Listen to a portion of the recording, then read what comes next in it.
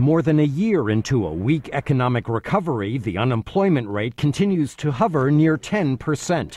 Millions of Americans have been without work for a year or more, taking a severe financial and often emotional blow. In Pennsylvania, unemployed sales manager Greg Rosen has cut back on everything from food to medication and can no longer help support his disabled mother. That devastates me.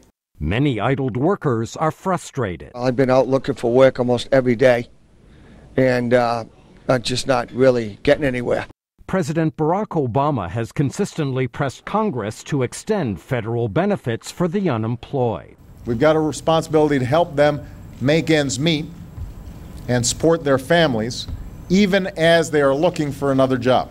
But Capitol Hill is bracing for a repeat of the last extension battle in July, when Republicans objected to further benefits unless other federal spending was cut by an equal amount. Republican Congressman Charles Boustany of Louisiana.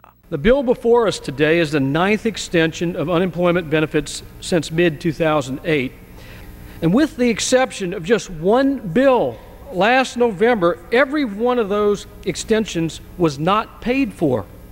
That's a total of $135 billion added to our $14 trillion debt. Analysts note that unemployment benefits are meant to be temporary, but the severity of the recession and the slow pace of the economic recovery have led many Americans to rely on the program for a prolonged period. Economist and former U.S. Treasury official Eric Toder. People say, well, you don't want to discourage people from looking for work by giving them too generous an income replacement. I think the feeling is now there isn't 10% unemployment because people aren't looking for work. There's high unemployment because there aren't jobs. Toder adds that the unemployed usually spend all the benefits they receive, providing stimulus to the economy as a whole.